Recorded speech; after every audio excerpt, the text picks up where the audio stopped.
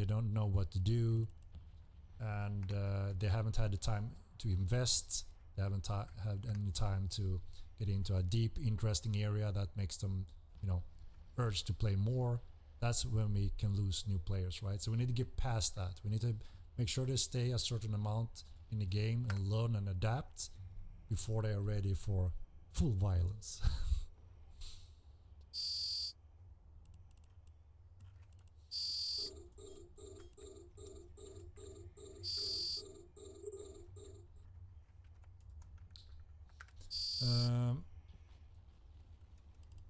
Yeah.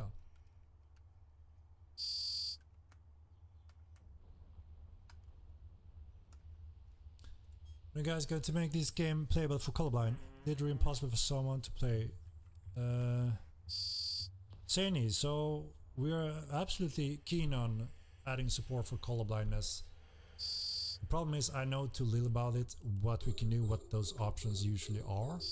I think Sebastian knows a little bit more than me. He have looked into it a little bit and absolutely agree that obviously we should add those options that helps. So it's something we plan to do. The question is where we put it in the schedule and what it requires and how much work it is. We always try to measure, you know, how much of a demand and prioritize the different things we need. Obviously, if it slowly increases, there's a demand for color blinding code support, option support, then obviously it moves up in the prioritized order of things, right? So yeah, but it's something we want for sure.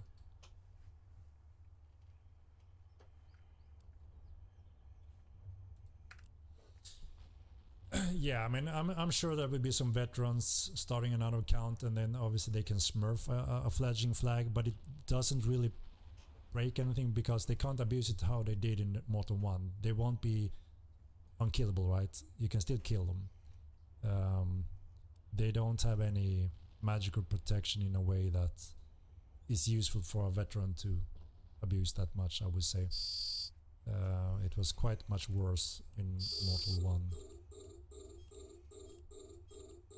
But obviously, if, you know, I don't know, if players find a new way to break things or make things bad, obviously we need to take a look on it, right?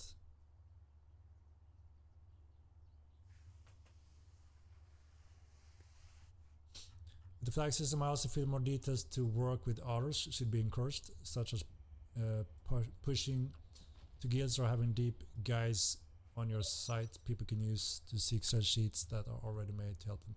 Yeah, absolutely. I also want to expand on a system where a fledgling player, I want to give them a system that if a veteran helps them or friendly or recruit them or something, that fledgling should be able to tag that character, that player that has been helpful, give him a rating kind of system, and he should be able to get something in return, and obviously that veteran should be able to get something in return. You know, I'm looking at some of the games that try to do this but haven't really successfully done it. I think they try to do it in UO as well with the apprentice system. There should be something that encourage other players or veteran players to help a new player, and if they've done a good job they will get a little reward and the new player will get a reward, right? So it's mutual. And that's a good way to get him into the game in some way as well. But I haven't really found out exactly what key points could be good in that kind of trade. And obviously, you know, if you guys have some awesome ideas, we are happy to hear those, because those kind of system I think could be good. So there's another meaning to actually help a new player to get them aboard in the game. I mean, we all want more players, right? So, you know, what can we do to help even more is good.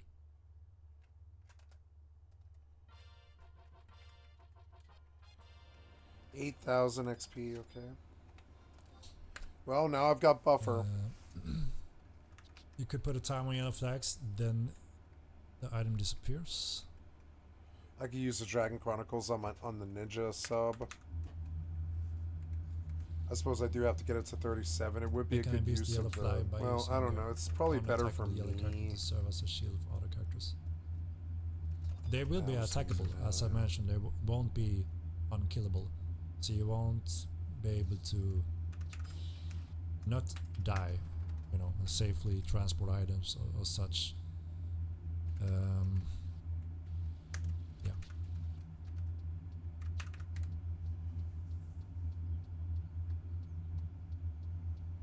No, that's what I'm saying. You won't be able to transport stuff because you're invul, and that's, you know, when we consider all this, then obviously we can see where if you can't be killed, veterans absolutely will be abusing them to do such value runs or whatever, right? So we obviously try to be careful in having proper punishment if, you know, it's a pure just killing them for funds.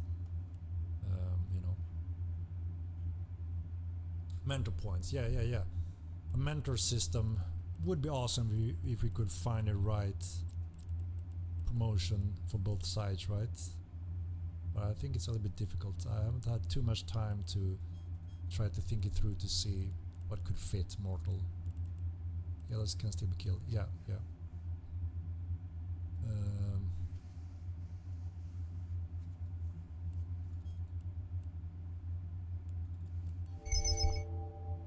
Can not be yellow cause that is war deck, people. I mean, war deck should be orange as default, so quite a difference from orange and yellow. But obviously the tint of color is something we have to tweak, right? Yeah, social scoring system don't work. Yeah, not only that, I think there needs to be a trade, you know, so there's a little bit incentive.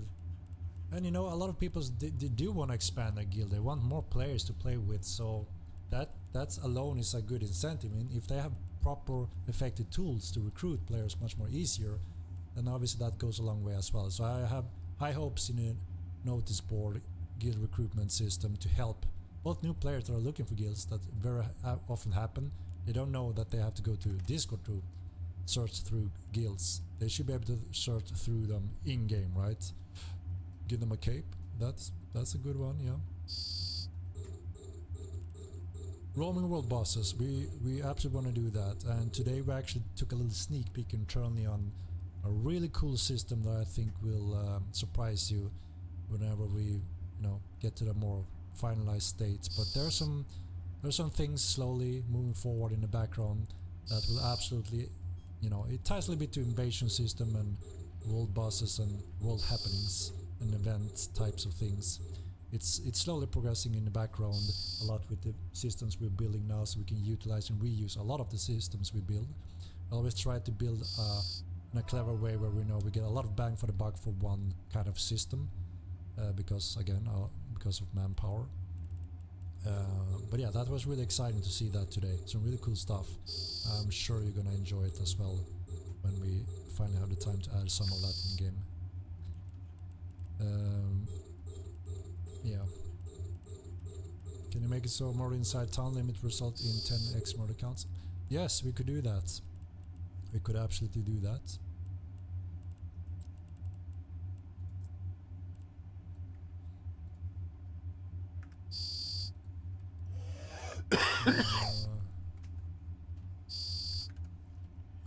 First thing to do for more players, the streamers hunt new players down and delete their gear for kicks. Not exactly a good impression for new viewers, players. What? The streamers hunt new players down. What stream are you referring to?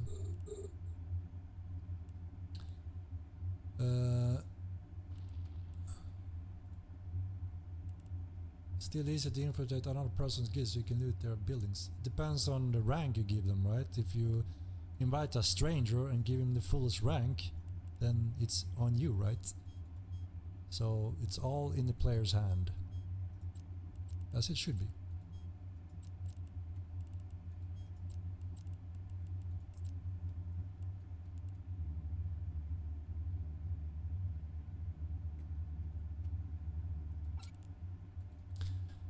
Yeah, I mean, if it becomes that people are getting killed way less being yellow and veterans start to abuse that, buy new accounts every now and then to run valuable items and that becomes a problem, then obviously we may have to enter that lane and add special rules, kind of like we had to do in the first game, like you can't carry this much of this value, you know, if it comes down to that, that is. You know, it's we can speculate, of course, and we have past experience how it was abused in the first game, but I don't see us going as extreme that it may not be as abusable. But yeah, sure, I mean, if that becomes a big problem, we obviously are ready to possibly add special rules tied to the yellow flag, right?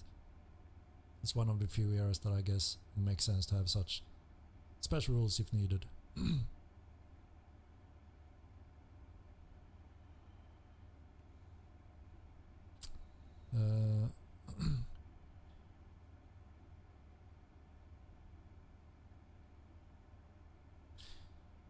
Yeah, so we have the tabard we had a die system and we had a guild logo emblem design system. It didn't make the top 10, unfortunately. Everyone still wants it a lot. So I said that earlier in the stream, either we have to bump it and say this is gonna go in here in the roadmap, depending on the interest. Like I said, we want to do another round. I mean, when we have finished this roadmap, we're gonna see a little bit what the players think should be added next, quite high in the priority list. But we may also have to add some specifics that we know we simply need it. Everyone wants it, you know. And if that doesn't make the top voting, then you know maybe it still needs to be in the game, right? So it's that kind of balance we need to count for.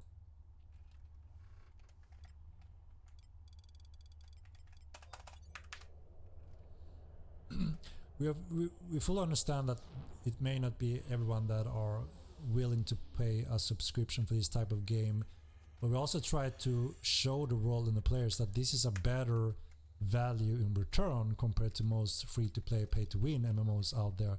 If you want to be something to be a force in those games or competitive the slightest, you have to pay way much more than $14 a month in those games. I played a lot of those. I know exactly how they work and how they use your mental weakness to just $5 more, just $5 more. I want to save those hours, just $5 more, and then you're He-Man, right? And kill everyone else because you paid $150 in 2 weeks. You know, it's a bad gaming experience. I hate those type of games personally. What game are we referring to? I believe more in a full-fledged gaming experience where skills matter, your knowledge, everything you find you can share. It's a player-driven economy. Everything is much better for a sandbox player. But yeah, if you're not a sandbox player and you want more like, I don't know, a free-to-play, pay-to-win MMO, and you want to spend $150 in the coolest rainbow dress with cool axe with fire and you kill everyone else because they haven't paid $50 for that axe, then sure, I understand. You know, this game may not be for those players. So we fully understand that, and we know that it won't be for everyone. But we also hope that we have an audience that maybe is a little bit older, that can afford $14 a month and get one-of-a-kind experience, no bullshit, no pay-to-win, no crap. And that's our dream, at least. If we are wrong and, you know, that type of business model is out of date, you know, obviously we have to cross that bridge when we get there if we have to adapt to that very bad, sad, I mean, gaming experience business model. We hope we don't have to, you know. So when I'm looking for games, there may be games I'm excited for, and then I see, okay, it's free to play, then I know exactly how it's going to be. There's going to be a paywall, and there's going to be pay to win, there's going to be time drainers, and they may be good, so I feel, well, they deserve some money. I want to pay some money because I enjoyed it, and I maybe enjoy it a little bit more. And then there's a new paywall, right? And if I want to continue that progressive playing and I want to play as much as I want, I have to pay a lot more than $14 a month. So it all comes down to what you're looking for as a game, I think. You know, the game isn't free to play, it's $40. Yeah, I'm referring to other games that are free to play and pay to win. We are not, and we don't want to be, because we want full experience for the players. and it's the same experience for everyone, and you know, no pay to win. That's what I'm saying. Nice. I need some money. But like I said, you know, if we are old school in here that enjoy that, and no one else wanna enjoy that freedom, then of course we have to take a look on what that may mean for Mortal design. I don't know, and I hope that won't be the case, right? God damn it, you took so long. You patched for like 5 hours. What was this? Paying for a subscription for us to actually, you know, first of all break even, and then very quickly after, you know, make profits and be able to expand and give you even more content and updates and free expansion forever. So it goes hand in hand completely, right?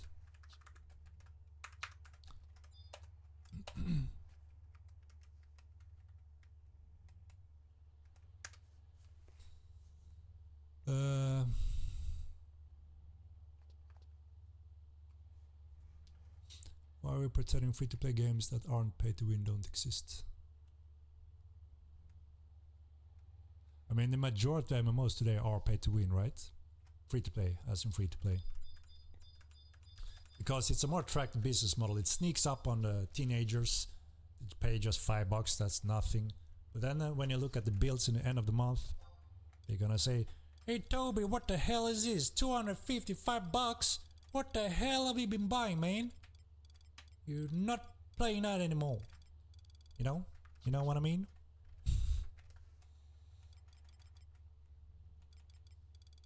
Yeah, we are actually good on subs right now. It's Toby.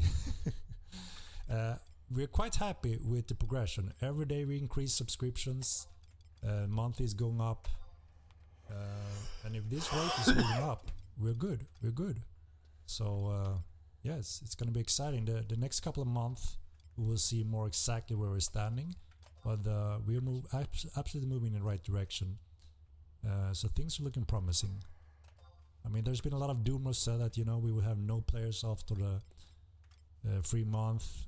After 3 months we increased a lot, and then after, you know, the support pack, you know, those are running out, and they keep building up. So we're very happy, and thank you all players and supporters, because you are making this happen from now on, guys. So we very much appreciate your support in you know, hopefully you enjoy it as much you feel it's worth having a subscription, and that's all we need to continue to work.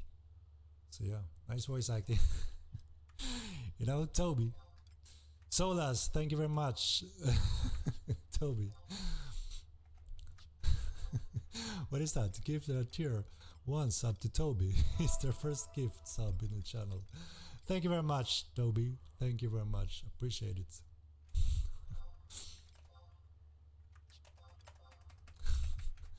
You know what I mean. You know what I mean, right?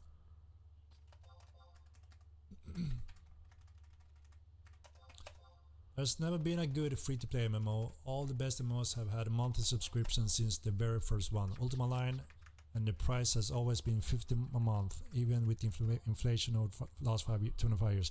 Right? So, exactly. When I started playing Ultima Line back in 96, 97, I paid those $15 every month. If you convert that to today, you know, that should be extremely much more. Everything else with inflation that have changed over the time, that amount have never changed. You know, I mean, everything else goes up, the cost goes up, so obviously that means we need a few more subs to cover that, right? But we respect that kind of price, you know, since back then, and I fully agree, Merculus, what you say.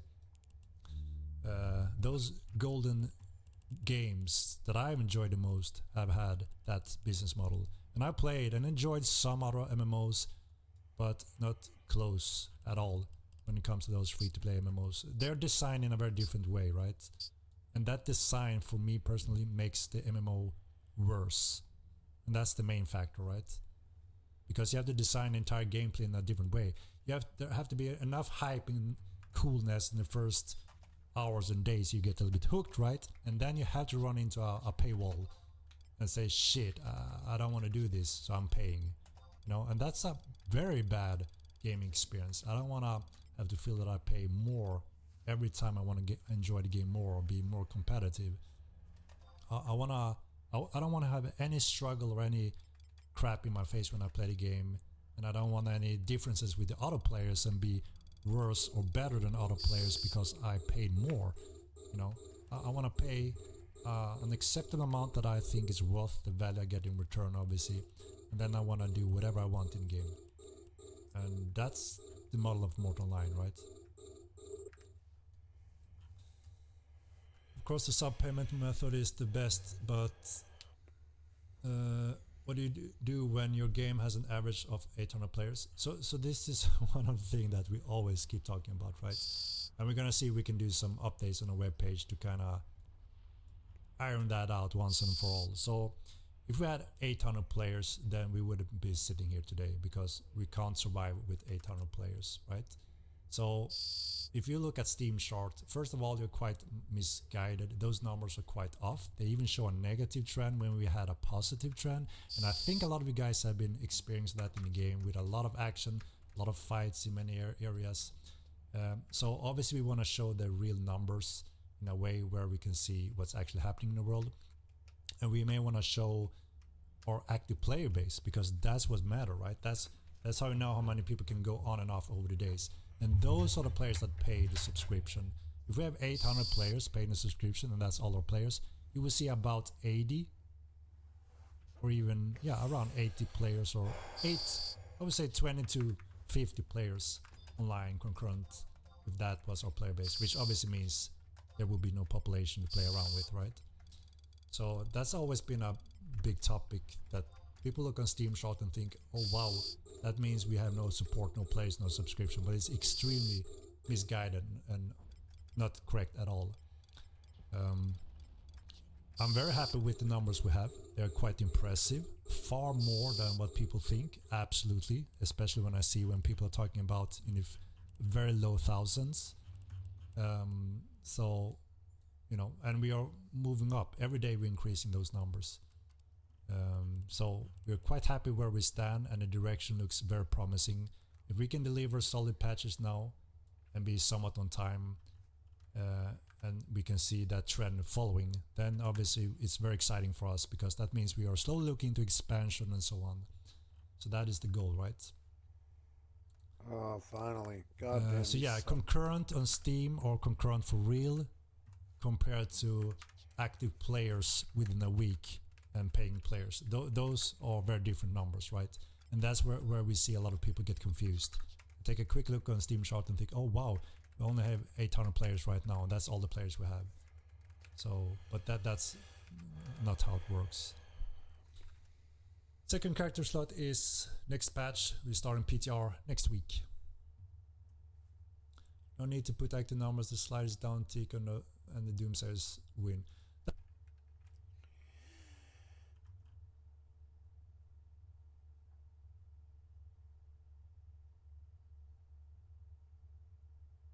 I don't know.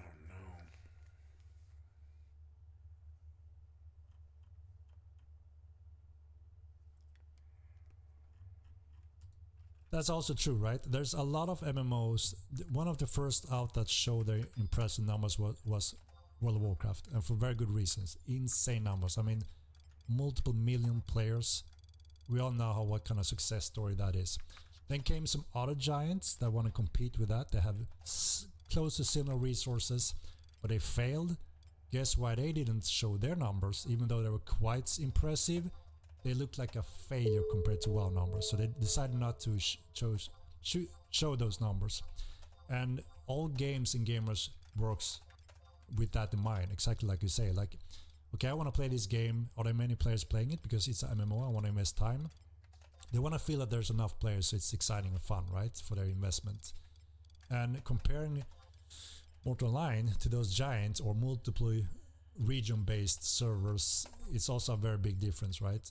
We have worldwide, so we don't have 5 online during, sleep time, and then 2,000 during peak time. We have it more evenly spread out because it's one world server and all the different countries, right?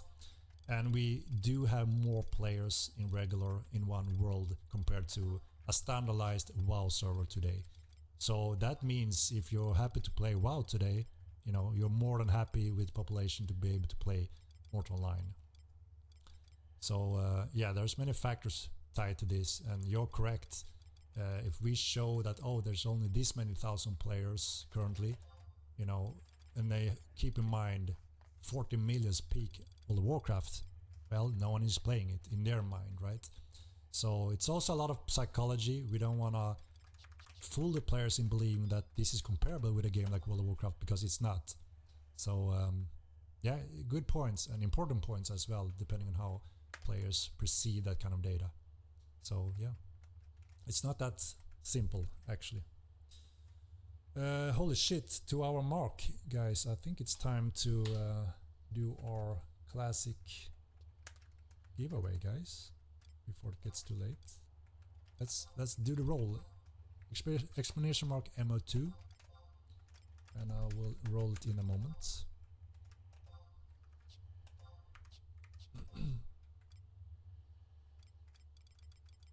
I think many people stop playing because the game looks empty.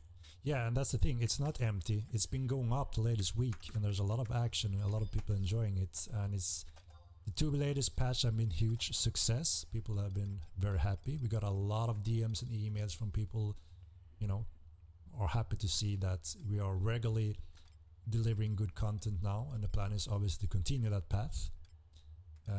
So yeah.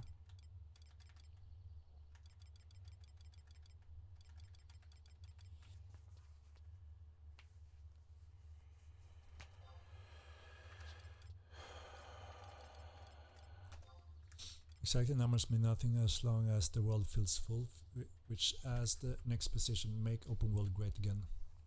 Yeah, absolutely. Will you sell more character slots in the future? So it's a little bit sensitive, right? We did a lot of rework in the skill system and reputation matters and all that when we went back to 1 character slot system like Star Wars Galaxies. Now when we see that, you know, people want more with a subscription, they want to be able to do more than 1 build. We understand that. We make it happen now, even though we are still expanding on the veteran system and what you can do on these 2 characters. We don't want you to be self-independent, self-sustainable, and not trade as much or engage with players. It's one of the core features of the game, right? So that's why we still want you we don't want you to be self-dependent on everything, right? Covering everything in 2 characters, and you won't be able to on 2 characters. We want to promote player interaction and trades and so on. So we're careful, right? There's been a few against the 2nd character slot, but the majority think it's too little, right? We need more, and now we're getting twice as much with a fully new clean character without splitting the professional skills on them. But yeah, we will be careful, right? Because we want to make sure we promote that. Population only matter for 1. Your server feels alive. Other games have 50 million servers, all of which those other servers didn't affect you at all. Absolutely true. It's also another factor, maybe. Like I said, it's a good point. People look in this game, there may be 1,000 servers, right? And there is 300 online on average on all of them. Oh, there's so many playing this. I'm gonna play it, right? We have more than that in 1 or our server. So obviously, this game have much more action and population than playing those games, that many of those MMOs. So it's true also, right? We only have 1, and that's something that a lot of people don't know or understand, because they're coming from traditional MMOs that have thousands of regional based servers, and they have a dead time and a peak time, right? And it goes from completely dead to too crowded in cases where it's popular, and then it slowly dies out over time, right? And theme park games are also more like level based, so you play through the new grounds and then you never go back. So it's only the end game that are crowded, everything else is completely dead. Our world, we try to promote it with interesting components, interactions, dungeons, and reasons to keep, you know, having the world alive, you know, cycle and live wherever you want. There'll be new things added in every regions, so the game can feel alive in various time cycles wherever in the world also. So that's also good points that you're making there. One world that can be very populated very quickly also, so obviously we also need to be prepared for expansion steps further. You know, if things goes as planned and smoothly and continue in the right direction, we also need to be prepared that, you know, Milan is not going to be enough when we reach a certain point of players again. Also, if new players, new generation joining in the game, they want to build cities and they can't because Milan is full, right? So, and it's supposed to expand. It's a sandbox game, a huge world with different continents, with exciting new dungeons, themes, clades, and monsters and things to discover. So obviously, when we're playing on Milan only for a few years, we get a little bit bored about it, right? We want to find a new lands, new mounts, new armor types, designs, and challenges, and more everything, right? And all those expansion is included in the subscription fee. We don't charge you another expansion like World of Warcraft does, right? So yeah, it's never gonna be it's always gonna be a debate around that, right? What people think and how they preserve the different numbers and such. But I think a lot of people in here get it now and understand what are those main differences that a lot of people, you know, forget about when they come here from nowhere and compare it to WoW numbers, which is crazy. Yeah, there's been areas on Milan obviously that have less content, and like I said, we are mapping that out. We know of them and we try to fill them now with dungeon, points of interest, and new things. So wherever you build and decide to live, there should be something nearby that goes from casual to challenges and value in different forms.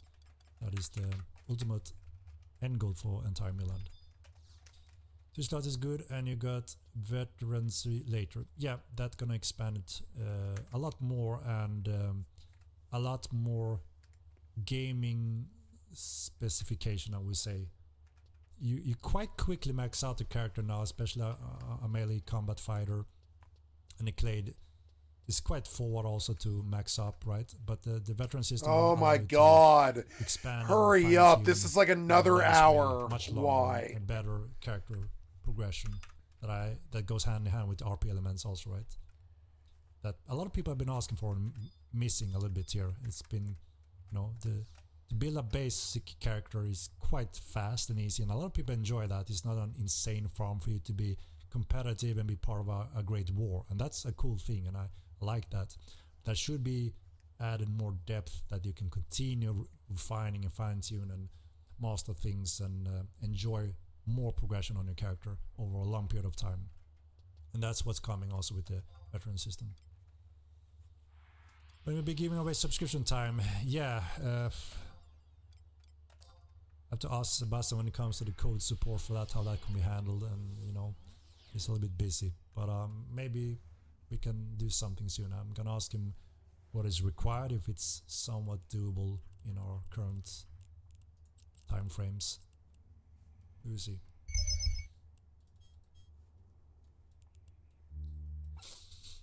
Will I get banned if I use a nude mod for this game? No, we're actually looking into possible add a little DLC option, and that solves our current situation where we can't add it still, but doing it that way, it is approved. So that's actually how we may enable nudity for those that want it back, that you can do a little download, updates, and you will have the option back.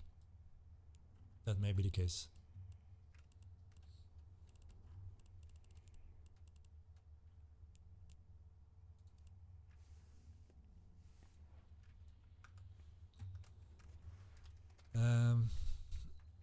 Alright, let's see. I'm gonna roll it in just a moment. If you just tune in, exclamation mark MO2.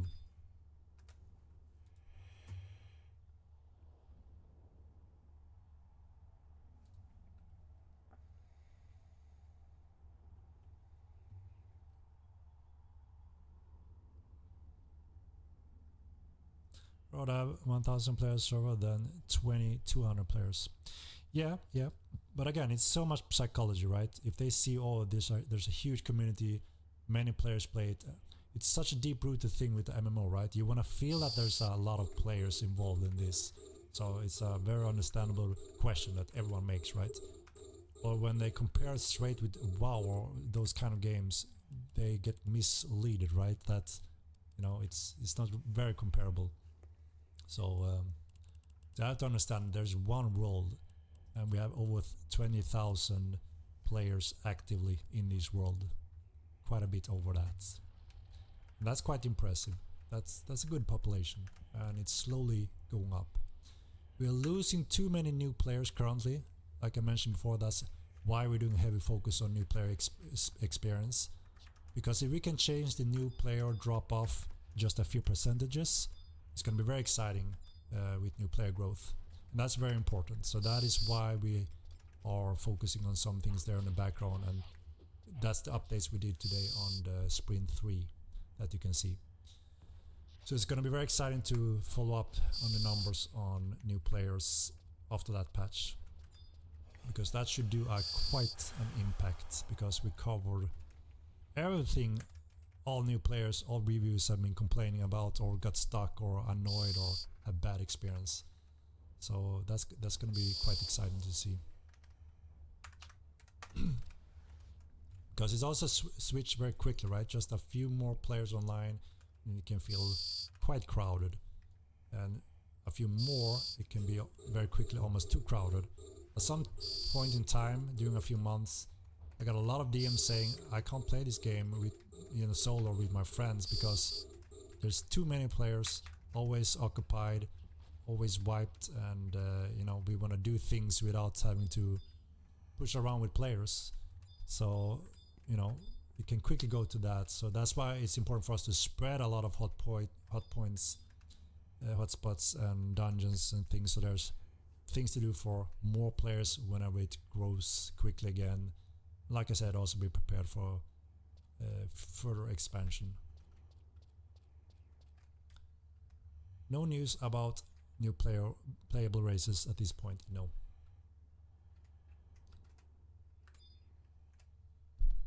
And plans to introduce API for MO2. It'd be nice to have a price check Discord bot or a website to price check things. So we've been discussing quite a bit how we want to update the chat system. It's a standalone, quite robust system, but the support for it right now kind of sucks, right? So there is no doubt we want to update our system, but we also want to make sure that it's good and fits Mortal Online, and it's still helpful and good for different things. We want to update the broker system. There's some issues with that as well. The thing is, when there's a lot of talented devs out there that do awesome websites, and they can access API and stuff like that, and pull data in real time from the game. People utilize that if that is effective, right? So then the option comes for us. Well, do we let all the veterans struggle and find their way over to that outside of the game, or do they find something that works in game, including new players that needs it the most, right? And that's a tough line, because at the same time I want it to be Mortal Online. I want it to be, you know, the unique sandbox experience it is. I don't want to sacrifice everything so it becomes a more casual theme park-like type of game when it comes to those areas also. And I also think that a lot of you guys want to have something different from the classic theme park MMOs. But in some areas, you know, we simply have to adapt a little bit to see what makes sense, because if it's just a struggle and all veterans learn to use it offline or outside of the game, and the ones that needs it the most, as in the noobs, and we lose them because they struggle too much, then it's not very good for the growth of the game, right? Tarvek, thank you very much for the Prime, appreciate it. So when we go into those debates in those areas, it's always a challenge, right? We don't want you guys to feel that we are stepping away from Mortal, but also makes it great. But at the same time, we need to, some areas may have to adapt that everyone can enjoy the game and get into the game, right? Will we ever get the relic system? Yes, we will. We just will decide where it goes.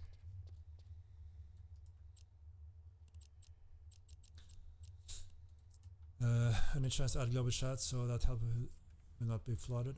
we absolutely need an update and change in the help chat and the system, and give you the tools to have alliances chats and so on. But if we want to go that far, that we will have multiple tabs with trading and that kind of communication, as in WoW. Do we really want to go there, or do we want to utilize those in more local areas, tools that can send update information, link to towns, incorporated more in the game world? But yeah, absolutely Whisper, the GM responses, guild chat, actions, skill information, game information, and alliances chat, and guild recruitment communication should absolutely be updated. That is clear.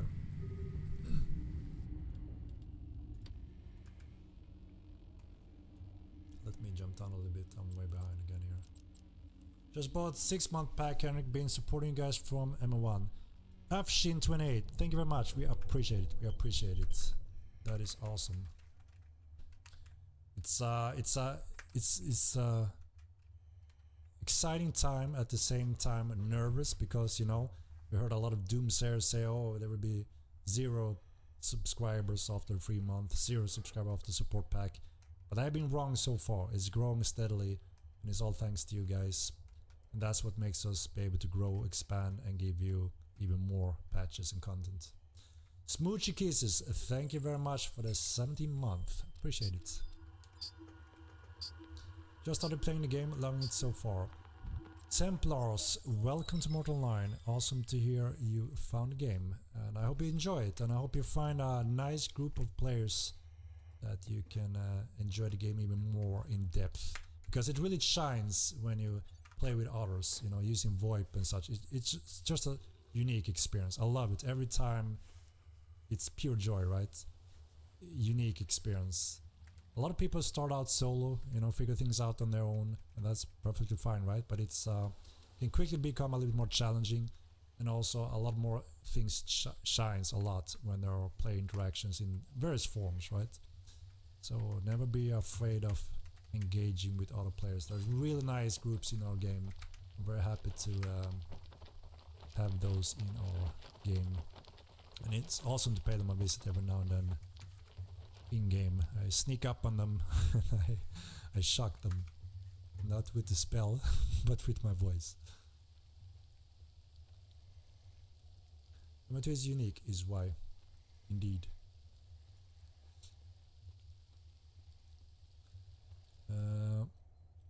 Okay, let me catch up a little bit, and then I'm gonna roll the key.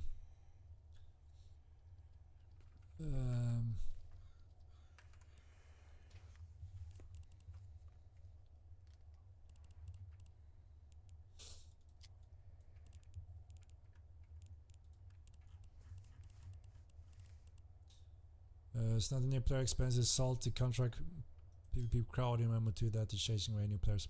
There's absolutely many factors, and I think we have a very good coverage of the main concerns from new players, main feedback, and there's been a lot to work with there, and we have a plan. If the majority of that works as we are hoping, it will be a huge difference, absolutely. But there's a combination, absolutely. You know, we have many times said there will be harsh penalties for slaying noobs, and then they laugh at the penalties, right? I don't care about murder counts because I'll live out in the wild. Sure, that's right. And then there's been some more patrolling guards. God damn it! I hate the guards because now I can't chase the noobs as much. Well, okay. You know, there are several steps towards that. So, but I think we have some good points. Some that affects that, and also some. There are also absolutely some new player experience that is simply bad, and we can improve that greatly.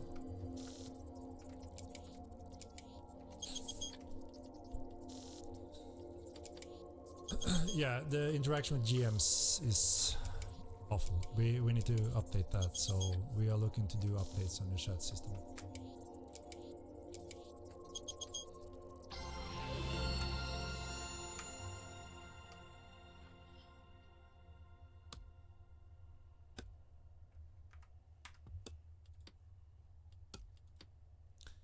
Yeah, so the rewards for task system, we don't have many rewards, right? We have a high-end cape in all of them, which the veterans enjoy because it's cool capes. We want the capes, right? Obviously, we need a steer of rewards, so it feels more like, especially for new players, they wanna, you know, progress steadily on that stair, so they don't just, because they also don't know what's so cool with this cape, but you know, right? You are veterans, so you know why you want the cape. So obviously we need a steer of rewards, and that's what we're working on as well. Various types of rewards for all the tasks that we're adding. And of course we want something higher than the capes, right? There will be even more high tier goals, and we're going to expand the tasks.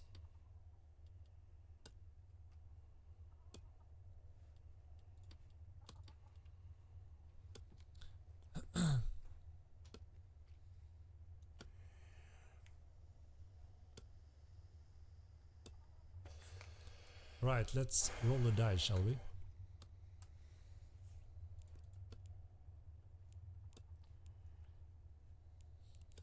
Incoming tell. I think it's time.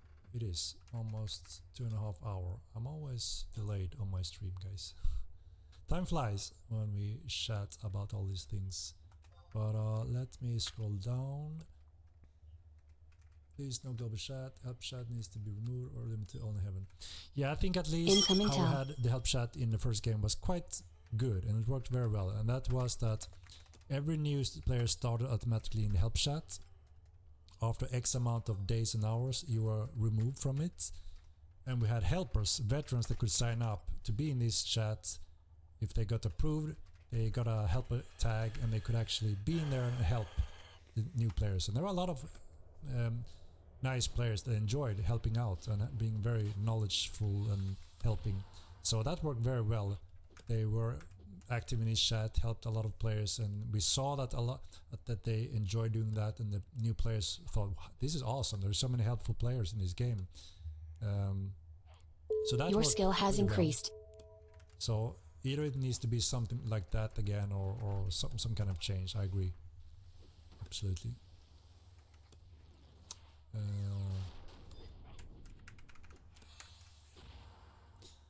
Definitely a fun game. I started a week ago. I already have over 100 hours almost. It's the Tarkov of MMOs. Welcome, trusted me. It's always awesome to hear new player getting into game and enjoying themselves. That's awesome.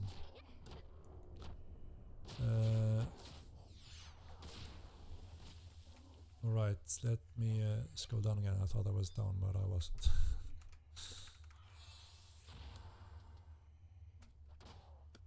No, the ritual tables are not cancelled. They have just been put on hold since that developer didn't stop working with us. No one really had the time to go through it and update it. Obviously we need to do it, right? And we will. The question is where and how we fit it. We always struggle with adding more things on the table because, you know, we are only so many developers. The GMs have been great. Much appreciation to them. Awesome to hear that, Mukatil. They deserve our praise and you know, that kind of feedback every now and then. I know they struggle hard. Sometimes it's a very challenging, dynamic MMO, and when something goes south, it's understandable. There's frustration, and the GMs really want to help out, and they absolutely do their best. Sometimes they are bound and limited with situations that are new or problematic, and they need to engage with the developers, and that may take time. They may be busy, but it's a side path that we're slowly expanding on and trying to improve wherever there may be new issues. So it's awesome to hear that they're gooding, that the players also can experience that they are doing everything they can in their power to help whenever it's needed. All right. Well, wow, I was not catched up. Sorry guys, I'm scrolling down. Okay, now I'm up to date.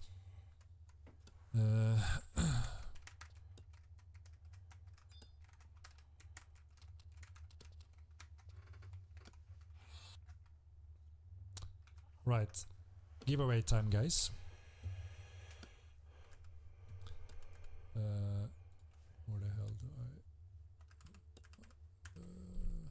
Alright, good luck everyone.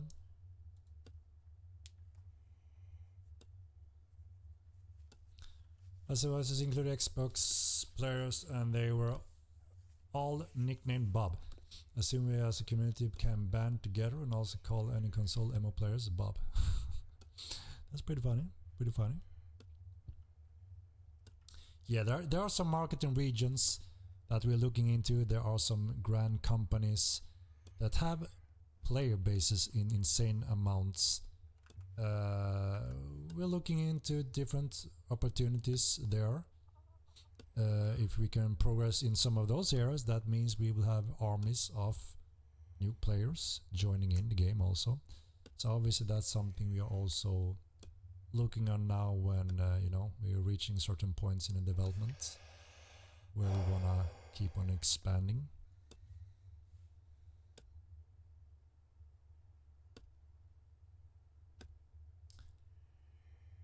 That includes PC Game Passes on Microsoft actually. I had that conversation with Microsoft.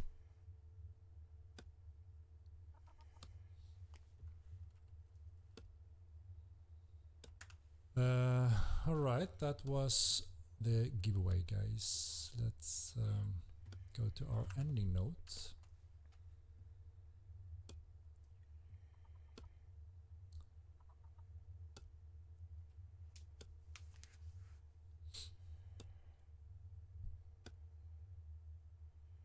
Any news on when free-to-play Haven is planned? Great way to get your friends to try the game. No, I don't have a time frame at this point. Sprint 3 have very important new player experience updates, including huge updates on Haven. But that is not the step for when we do the convert to free-to-play. That step will be later. There are certain steps we need to do to support that. And I'm not sure when that is. So we are approaching the final work on the sprints, as you know, the team work ahead of time on the sprints before we can release them. And we're not sure yet what's gonna be the upcoming roadmap focus. Obviously we want to tap into again the community to see what's next. You know, what do you want to see next? Is it still based on the same prioritized order as it was the last time you voted, or have it changed? And if we decide to lift a few things that we know everyone wants them and we want to make sure they get into one of the sprints, that kind of focus needs to be done after a while. I mean, we still have a bit more obviously on sprint 3 and 4 before we are fully done, but we're getting there, so the work will soon begin in planning that ahead also. Favorite comedian? Not sure actually, not sure. Good question, good question. A long time I actually saw something really solid I really enjoyed and laughed at. I'm not too easy, how do I say?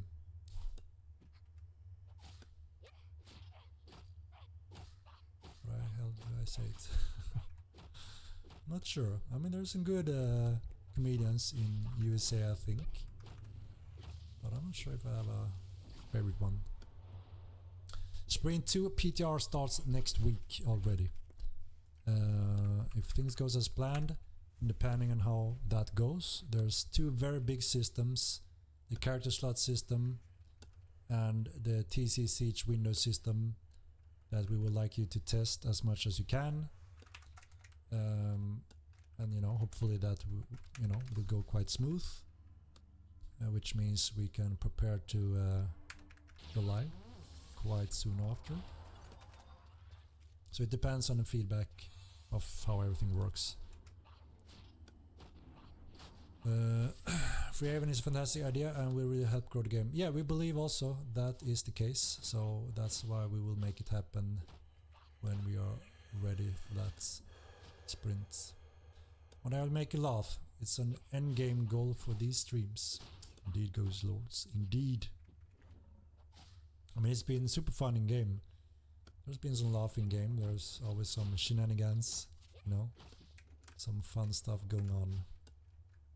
So you never get bored if you jump in and use VoIP Immortal, that's for sure. I think we should arrange a little run soon where we meet up somewhere and we decide to visit the dungeon or something together and see how far we can make it. Would anyone be up for that? Some true shenanigans. We have a magical fix for the gold inflation that we're gonna add eventually. I'm not gonna say what it is. I'm gonna see if people notice it whenever it is in. Right? So keep that in mind.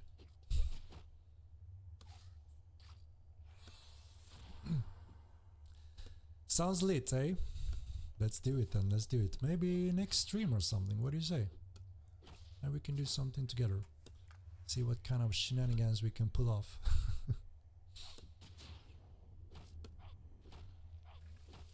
Vampires? Are you the Riddler? Maybe. I'm the mortal Riddler. I create a lot of riddles. Now I'm almost spoiling one thing.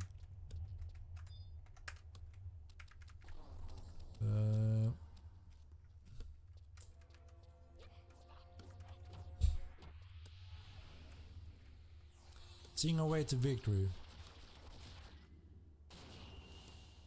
Have you heard this one? Listen to this song, man.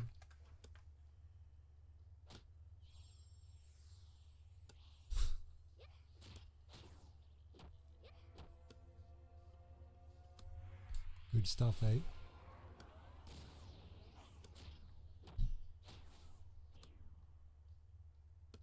You wanna hear me sing, eh?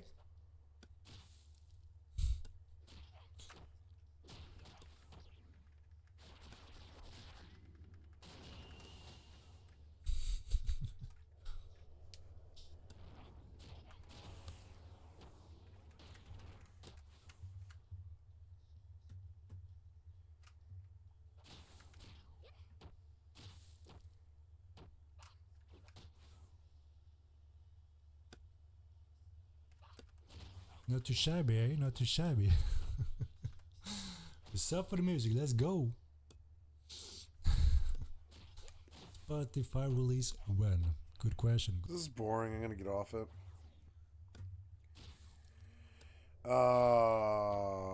Yeah, listen to this one. Thank you, Fudge Muppet. I'd like to sub to your channel. This is Skyrim's orcs are weirder than you think. To the short lives of men and their empires, the pariah folk, now savage and scorned by all accounts, were once a noble race of tradition most antique. They were the resplendent knights of Trinimac, who was the strongest of the gods, the champion of Auriel, the very same valiant who struck down the betrayer, Lorcan. Trinimac tore out the beguiler's heart with his bare hands, wrenched and weeping with the black ichor of the doom drum, and it was given for judgment to the king of all, Auriel. Fucking nerd. And when it could not be destroyed, it was sent by way of his bow to the depths of the eastern seas, so that it may never be found. Proud were the songs of elves in those days, so loud and glorious that the whispers of thrice-pointed truths were carried out in secret, and furtive tongues brought revelation for those unwed to the glory of old Maris. Boethiah, precocious youth, the prince of plots, mourned the death of Lorcan, for he loved him well, and he knew that the elves were anointed with pride undeserved, for they knew not the mysteries of Lorcan's actions and their purposes. To Veloth he spoke the triangled truth, and that forlorn elf became a prophet to his people and began them on the path of the Sigic endeavor. All who listened to his sermons would bear witness to revelation. In secret they gathered and scorned the Sybarites of Somerset, who had grown corpulent, not in body but in spirit, and the false pretenses on which their decadence and avarice rest were exposed to the members of this cabal. In time the murmurs of the Velothi rose to a small choir sound, and soon after to an orchestral thunder that impugned the very foundations of the Old Mary.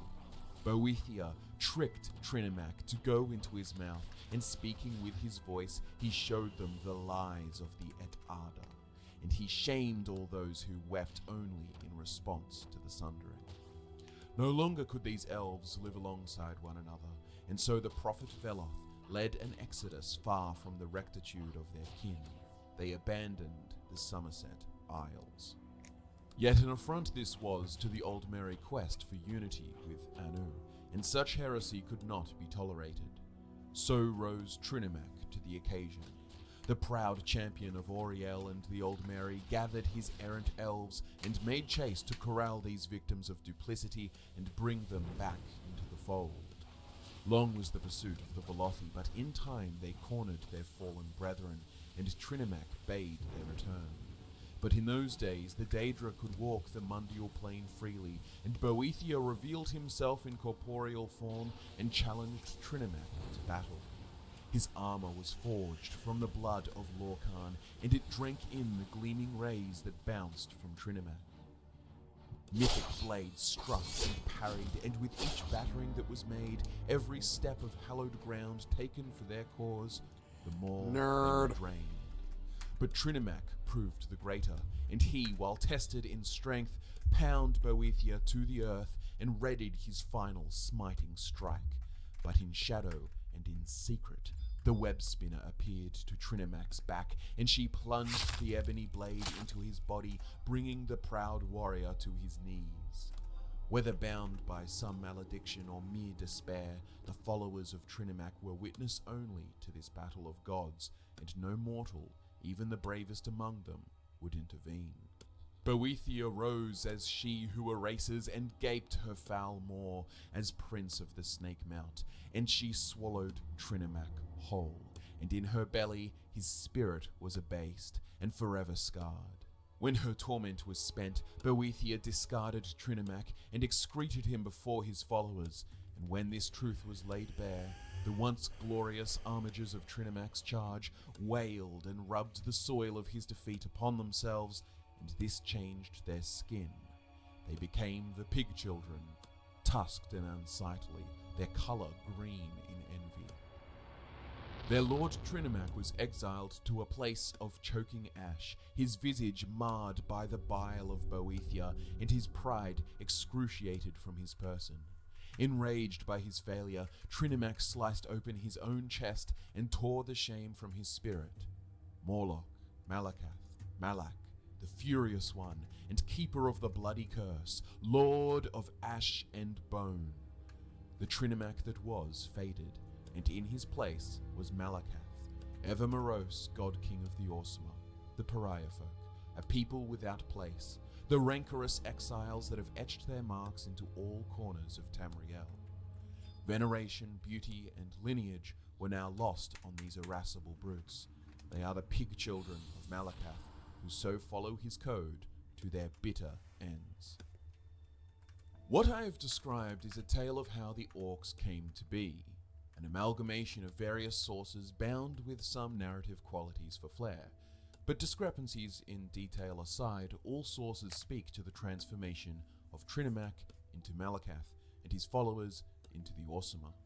These recounted events belong to a mythic age, far before the counting of years, at least by methods known to the scholars of today. Their presence upon Tamriel, most confusingly, is even accounted for in the records of Topal the Pilot, the early Aldmeri explorer who set out from Somerset to find lost Aldmeris, the ancestral homeland of the Elves. But instead, he found only Tamriel and mapped its extent. The book, Father of the Niben, is a translation of the Aldmeri tome, Udahendra Nibenu, and the fact that this is a translation is important for the following discussion. In Fragment 1, it recounts the journey of Topal far to the northwest of Tamriel to modern-day Hyrok, and it says, "For 66 days and nights he sailed, over crashing waves of dire intent, past whirlpools, through mist that burned like fire, until he reached the mouth of a great bay, and he landed on a sun-kissed meadow of gentle dells. As he and his men rested, there came a fearsome howl, and hideous orcs streamed forth from the murky glen, cannibal teeth clotted with gore. The translator of this piece offers some commentary stating the confusion at this appearance of orcs in Topal's journey. The question, of course, is what is to be made of this apparent reference to orcs occupying the region. Tradition has it that the orcs were not born until after the Aldmer had settled the mainland, that they sprung up as a distinct race following the famous battle between Trinamac and Boethia at the time of Resdane. Is it possible that the tradition is wrong? Perhaps the orcs were an aboriginal tribe predating the Aldmeri colonization. Perhaps these were a cursed folk, Orsama in Aldmeris, the same word for orc, of a different kind, whose name was to be given to the orcs in a different era. It is regrettable that the fragment ends here, for more clues to the truth are undoubtedly lost. I do have a possible explanation for this confusion. My belief is that the Aldmeri word for orc was traditionally a slur applied to goblins and their kind, all things green, savage, and ugly, for Somerset was inhabited by goblins before elven arrival, and while small amounts of trade and hospitality were made, in time the relationship of the elves and the goblins grew sour, and great battles were fought, and the goblins who lived were enslaved or existed only as scorned outcasts in the crevasses of Somerset's wilds. I would think that at this time, orc would have been used as a slur by the Aldmer, and so when Topal the pilot ventured the western coast of Tamriel to the north and found goblins, like those in Somerset, he called them orcs. And so when the followers of Trinamac were changed into the Orsama, they too got lumped in with this ancient slur of goblin kind, as their appearances now matched those of the goblin ken, especially when one considers that even as late as the First Era, at the time of the Regatta arrival in Hammerfell, goblins of those ancient days were known to be much larger than their contemporary descendants, and their cruelty not measured by cowardice as is with the goblins of today. So you may imagine that the freshly born Orsama people, when stood next to the goblin kind of old, could have been of similar stature and appearance, and hence they were lumped in together, regarded as the same species of beast folk by their once brothers and sisters of Somerset. You can also understand how outsiders would have come to this conclusion, especially if they were not well versed in the Aldmeri or Velothi tales of the battle between Trinamac and Boethia and the origins of Malakath. They would see only the tribes of goblins and orcs in collusion at times, perhaps even indistinguishable, worshipping the same type of deity, their blue god Mulloch, Malakath, or Morlock to others. They're all the same. They model their culture after the god of curses and outcasts, the Daedric prince of the Bloody Oath. Tangential discussion about the etymology of the word orc aside, this is the name that the pariah folk came to be known by as the ages of recorded history progressed. Presumably, as the giant goblins of old faltered in stature and were relegated to the corners of Tamriel as other powerful civilizations expanded on their graves, their descendants would be defined as goblins as opposed to orcs, which now refers exclusively to the Orsama, who retained their stature and ferocity in a corrupted elven lineage. I have mentioned the orcs a few times by another moniker, the Pig Children, and this comes from a book of the same name, one which decries the orcs as naught but a savage scourge upon Tamriel. No one, not the oldest dark elf of Mount Dagother or the ancient sage of solitude himself, can recall a time when the orc did not ravage our fair Tamriel. Whatever foul and pestilent Daedra of Oblivion conjured them up could scarcely have created a more constant threat to the well-being of the civilized races of Tamriel than the obnoxious orc. Orcs are thankfully easy to recognize from other humanoids by their size, commonly 40 pertons in height and 15,000 engades in weight, their brutal pig-like features and their stench. They are constantly belligerent, morally grotesque, intellectually moronic, and unclean. By all rights, the civilized races of Tamriel should have been able to purge the land of their blight eras ago, but their ferocity, animal cunning, and curious tribal loyalty have made them inevitable as leeches in a stagnant pool. I do not need to tell you that this is a biased account, each word dripping with enmity, yet the picture it paints I find rather intriguing. Their appearance as depicted in the Elder Scrolls III Morrowind and the Elder Scrolls IV Oblivion is more in line with this description, that of swine-like features, their faces naturally curled into a snarl-like expression, and in fact, if we were to look at the concept art for Morrowind, there exist proposed depictions of the orcs with multiple nipples, like that of pigs and other mammals, further distinguishing a more bestial appearance. Alas, such concepts were not made reality, and the orcs are without such features, and even in later incarnations, as presented in the Elder Scrolls V Skyrim and the Elder Scrolls Online, the orcs possess more varied features, many more goblin-like. But while speaking of physical descriptions, I would be remiss to mention one of the strangest connections between races I have seen. Of course, the cultural and etymological connections between goblins and orcs are clear to see, but in what strange world would the orcs bear any associations between themselves and the enigmatic Dwemer, more colloquially known as dwarves?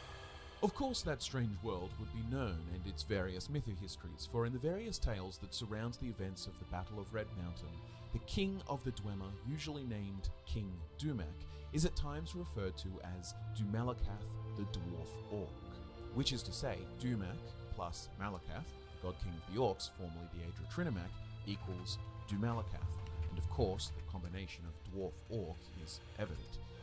Is there potentially some connection between Malakath and the orcs and the long-vanished Dwemer of Old Resdane? In the previous video about the Nords, I brought up the idea that the Nords often seem to prioritize a good story or song over something like historical accuracy. I'm going out of town logic, in a couple of weeks. The lesson, virtues, I'm gonna go see. I'm gonna throw a party.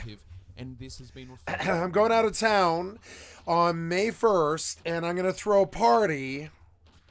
I wish I could cell phone it, but it's too personal. I'm gonna throw a party of about 30 people, I think, actually. Something like that. I don't know. Between 10 and 30, depending on sort of how many people they want to bring. But we're definitely going to put together, I think, like 8 or 10 people. And I think they're going to bring significant others and all that. So I think we're actually going to throw a party. I haven't thrown a party in... my aunt wants to host.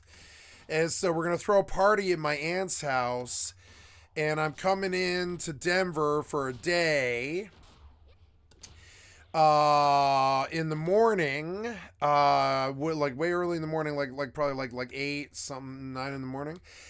We bought the plane ticket already. I don't know what the particulars of the time are yet, but and then yeah, I don't know what fucking time, sometime, but yeah, and then I am going to, or no, I don't know if we did the first. I don't know what day. I didn't buy the ticket. My family did. So, and I don't know what day they finalized though. So we're like doing all the details and stuff. But yeah. And then so I'm gonna get 8 or 10 of my friends together, and then whoever they want to bring. And I'm going to throw a party because I haven't seen my friends in like 5 years, and I'm finally out of the system, and it's going to be good. And we have all the go-ahead and everything.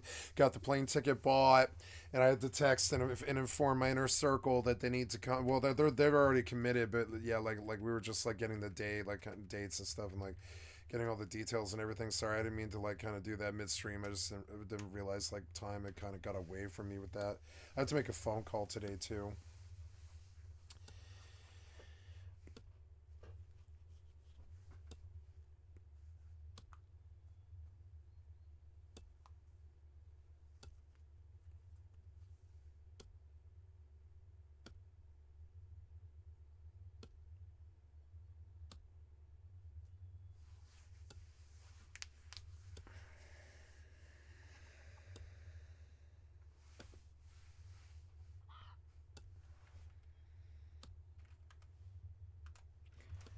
I'm excited. I have not seen my friends in a long time. I really wish I could get my best friend to go, but she's out of town, which sucks. And I really would like to see her. I think she belongs there. She's never met my inner circle before. And yeah, like but it just wasn't in the clouds. I even talked about it. I even invited her and everything, and she's out of town. It fucking sucks. But it'll be nice to see my friends and family, and I'm gonna tell them all the stuff that's going on, and I'm gonna move back there in 10 to 20 years when inevitability goes on with my family and stuff, and I just like I'm like by myself at that point. I'm gonna move back and use my friends as family.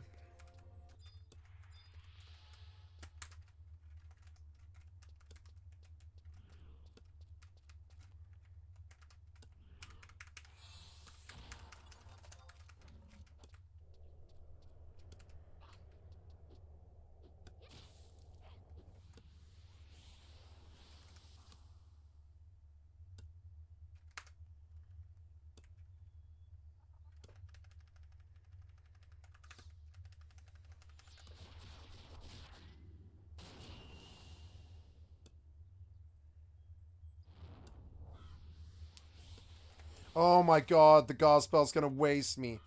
You are on the elemental, right? Oh my god. Yeah, you're on the elemental. Yeah. I gotta heal. Shit. Maybe I should zone him. I didn't realize he was gonna spec me like this. If I run by, he will Gospel me. And so now I'm also got like another kind of problem. But I mean, I think the tiger will last long enough for me to heal where I won't die if the elemental comes to me. I think. Yeah, I've got enough time. We're good. Yeah, but you're doing good. You're getting a lot of white wood right here. I'm gonna make enough gold to buy any dire wolves on the auction. I have a bear, but he's too low level. Maybe I should just level the bear. Yeah, I guess I'll go. Why I'm chopping wood? I don't really see why I can't just go pull the bear out. Oh, nice. Damage assessment. Yeah, that's right. Yeah, so I can see a little bit better about what my damage is actually doing. That's cool. And yeah, I'll go get my bear out of the stable and sell this wood. Oh, what was that sound? Oh, yeah. Oh, we're doing good. I'm back up out of the yellow, and I won't die if he gospels me. And we're going to lose the tiger, but that's actually not really that bad. We're fine. I could throw a leech at him, but they're kind of too weak. They'll die immediately. I could charm a leech and just toss it at him, though. Let's see. Yeah, just go attack the air elemental. Oh my god, you asshole. Please don't kill me. Please don't kill me. Please don't kill me. No! God damn it, man. Fucking elemental. I was totally not focused. I was totally thinking about, like, essentially I'm taking a one-day vacation, right? Because I don't want to stay overnight. I know that I'll throw a party and I'll call all my party friends. I know what'll happen. I can't go around them at night. I'm going to leave town by 6 o'clock because I know I can't I know I can't spend the night there. I know a party will start wherever the fuck I go. I don't care where it is. When they know I'm there, a party will start. I know it sounds fucking crazy, but it's actually true. Like I cannot stay the night in town because no matter where I go, a party will start. that might be really bad for my sobriety. I'm dead serious. So like I'm dead serious too. I wish I was joking about this, but I have funny friends. Like my friends are wonderful, smart. One of them's Mensa. Like they're really wonderfully smart people, but they're all party animals to the worst sort of. They're like some of them grow weed. I mean, like my friends are fucking, like my friends are fucking party freaks, and I have to be very careful about that. But that if I value my sobriety and I'm like I'm okay with getting wasted, but I mean I have to fly and it's a 1-day trip, so like I can't get wasted. I can't even drink the whole fucking trip. I have to fly out. So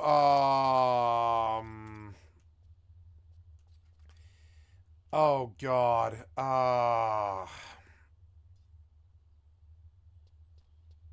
I don't know. Do I go back there? Yes, but I just don't really pull the elemental, I guess. It was dumb. I can't believe I died. But I mean, at least I did the weekly, so I have buffer XP. I don't know. Oh yeah, so I am selling. I want you to go back to tab for a minute. Yeah, we're selling whitewood. Oops. I don't like the auction house. It's really base. You should have upgraded the auction house by now.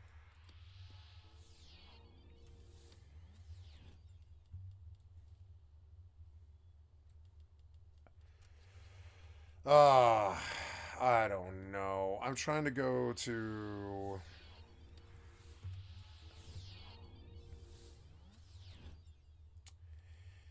buy orders and type in white and sell whitewood for 39, 14 gold. Greywood. Yes, search. And good for 46. Not bad. That's better. And there's 20 gold. That's probably like half a pet, you know. It's good. It's good progress. Oh, the sound drives me crazy. I don't know. I should go back to... I wasn't dying in Valdunia, so I guess I'll just go back there. I don't know. Yeah, like, I don't know.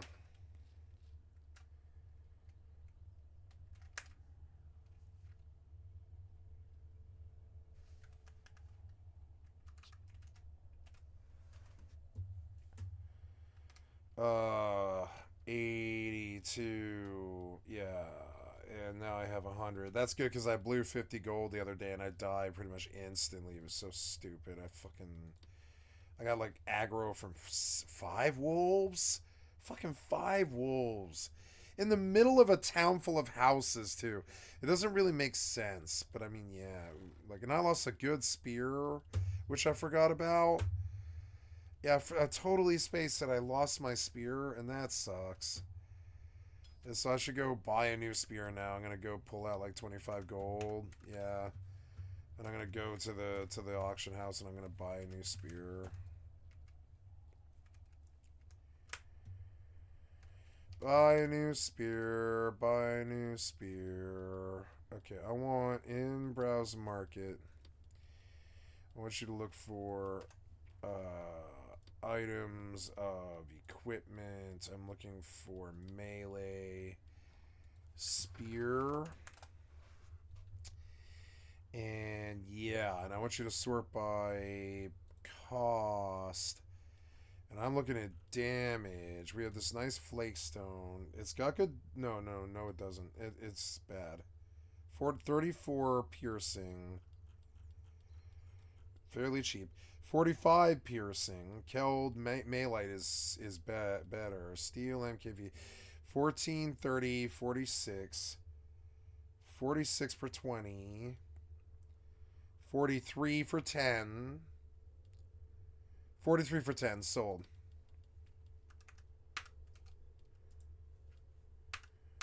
Good. And then, that's good. That feels good. I've saved some money there. Gonna go redeposit, but what was I looking at? You know, I haven't unlocked this other necklace, I think. Yeah. Yeah, the amulet needs to be unlocked, which is annoying. But I really need, like, a mount first. So I guess I'll just go get a mount now. Or, you know what I'll do? I'll do what I said I was going to do. I was going to pull out... But I'll put the gold away. I'll pull out my bear, and I'll just level him passively while I chop wood, I guess. I'll need to feed him. So I'll pull that out. Yeah, pig meat will probably be enough for... Well, I don't know, for him... Well, yeah, I can just feed him there, but I want something immediately, pretty much. And as for myself, I'll eat these keratins. No, wait. You put them away. No, wait, no.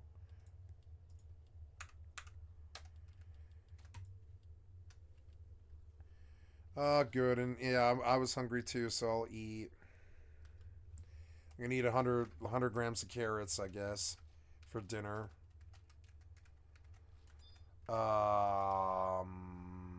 Where am I? I am running west. Yep, I need to pull out a tiger, so I'm not on cooldown. You know, I really don't see why I don't just kill the lost soul. Have fun with it. Yeah, this tiger will eat that lost soul so quick. Yeah, just kill him. Yep. And while I run. I don't know if I'll get XP. I'll probably be too far, but I don't care, frankly.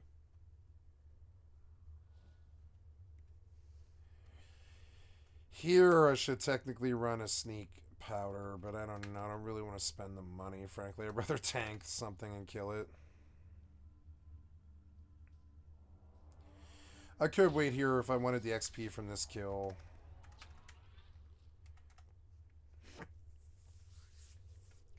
God, I wish Square Enix knew how good this game was. And, like, you know, remastered it. I will need to buy armor, like all that stuff. I need a whole new set. Oh, I was eating carrots. Oh no, I'm too full to eat? Okay, cool. Yeah, it works for me.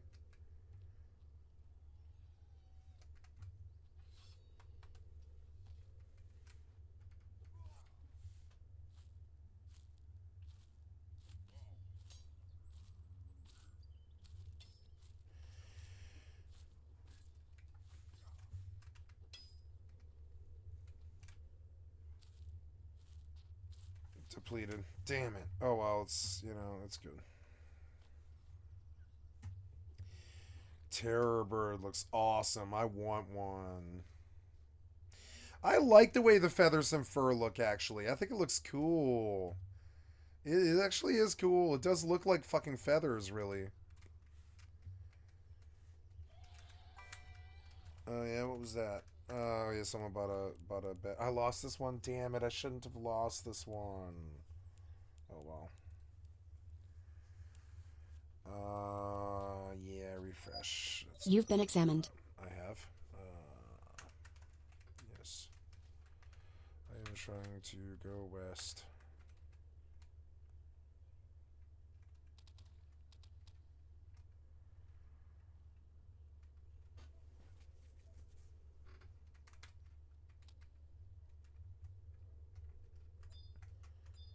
I bet this guy will take me all the way to the fucking castle.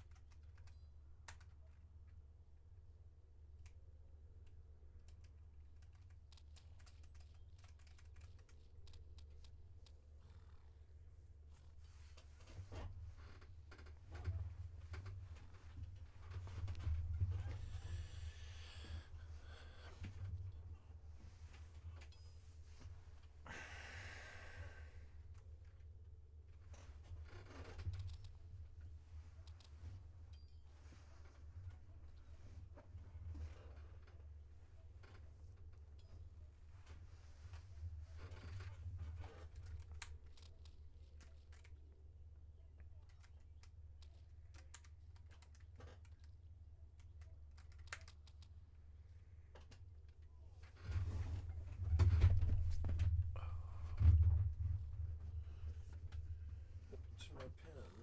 The hell? That's odd. Oh, there we go. Okay.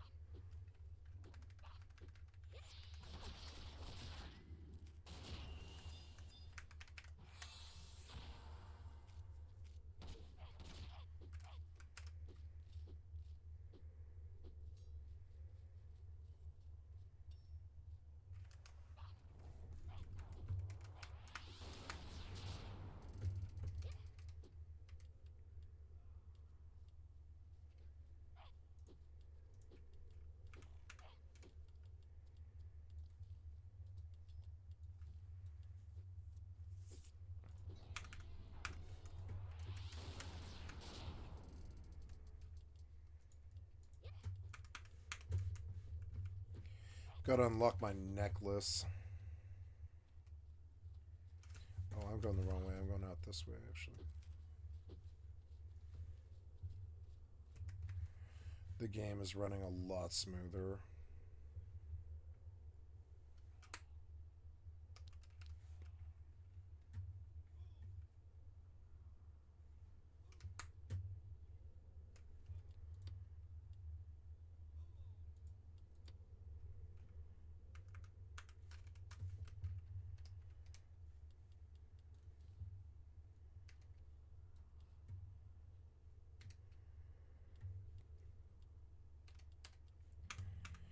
Alright, Bear, you don't know me and I don't know you, but you're going to come over and you're going to level on the target dummies for a while, and if somebody kills you, then somebody killed you, but we're going to try and get you to level for a bit. Where are the target dummies again? They're like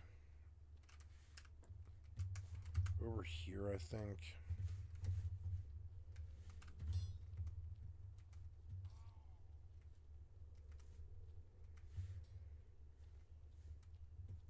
Yeah, there we go.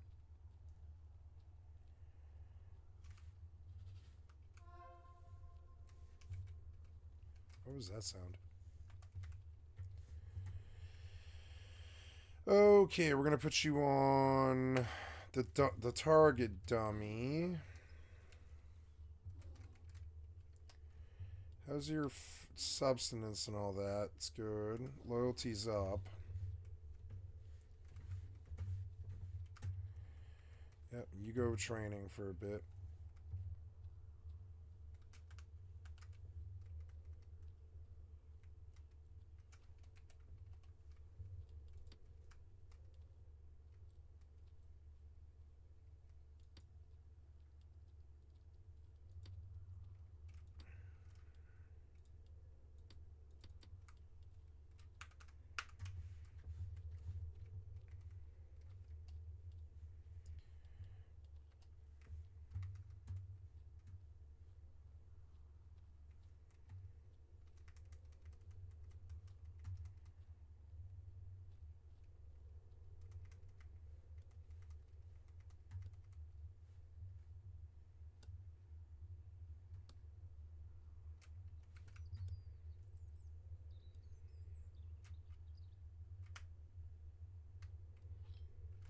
Nope.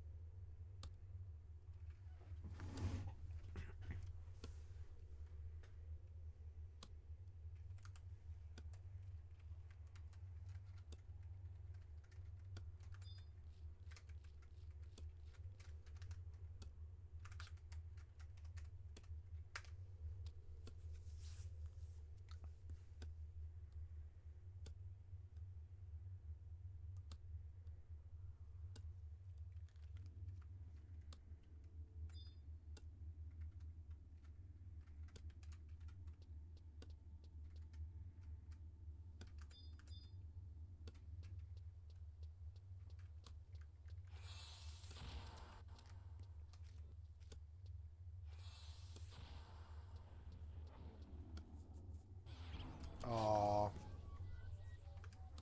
Stupid thing. Oh, you won that one? Aw.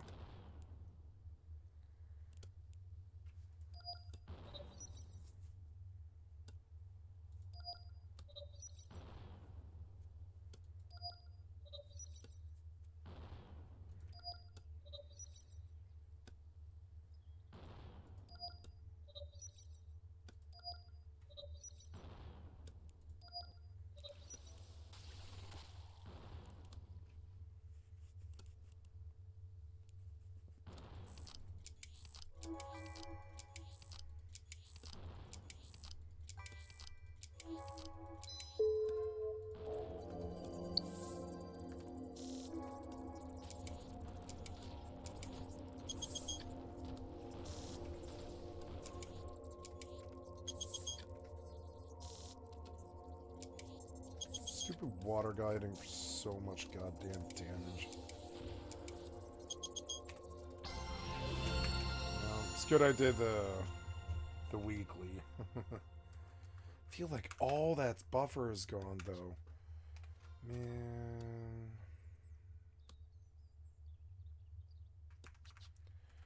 Oh well. It's going too fast. 10 levels. I don't care if 10 levels takes me a year, frankly.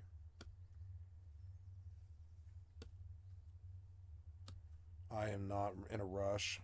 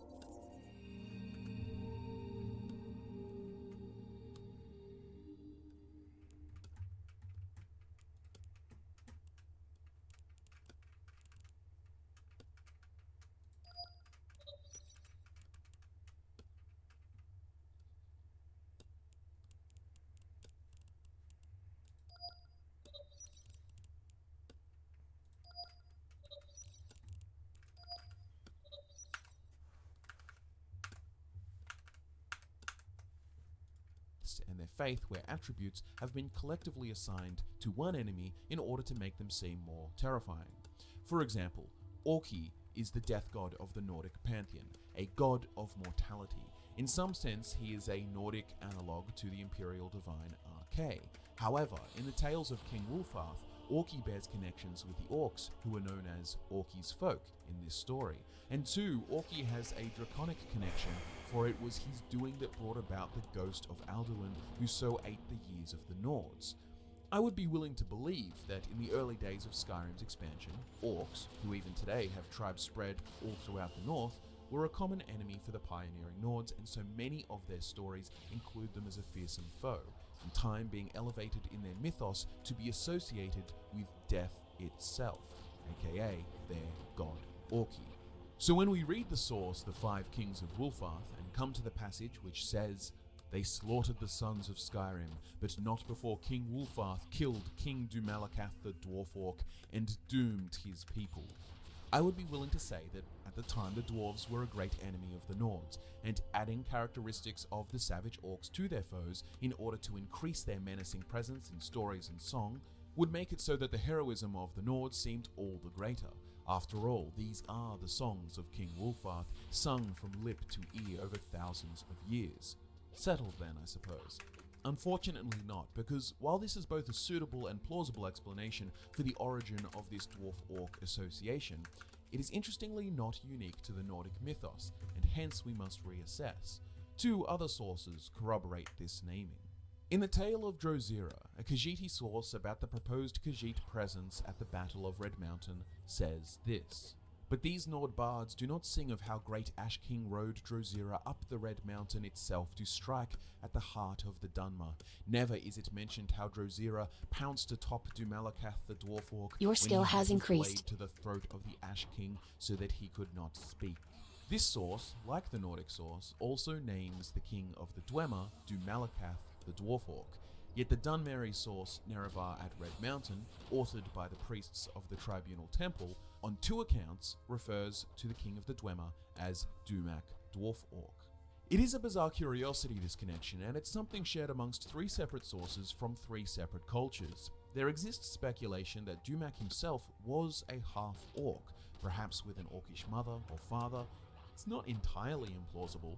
There are even wilder theories that speak of the Dwemer becoming orcs at Red Mountain in some mythic sense of reenactment, where Nerevar, representing Boethia, fights Dumak, representing Trinimac, and he is defeated, and so Dumak and his people become Dumalakath and the orcs, like the fate of Trinimac and his followers transforming into the Orsma in the Merethic era. Perhaps this is to say that any who oppose those devout of Boethia, such as the Velothi who follow him, would be changed forever by their folly. Perhaps this is why in retrospect the Dumalakath title is given, a moral lesson likening the hubris of the Dwemer to the hubris of the Oldmer, which was manifest in Trinimac, their warrior god. It's a fun idea, but in the application of Occam's razor, the far simpler and perhaps more likely explanation is that Dumak alone bears the association with orcish elements rather than the Dwemer race in its entirety. One could also speculate that the moniker dwarf orc is meant as an insult, a term of derision to associate him with the barbarity of the savage orcs that are about their lands. We discussed the possible etymology of the word orc as a possible slur regarding goblins, which was later attributed to the Orsma, and its use in the First Era, as a term not solely related to Orsma, could have extended to any savage or barbaric peoples. In the case of Dumak Dwarf Orc, if the name does not pertain to his literal heritage or appearance, then maybe it is decrying him as savage in his ways, orc-like.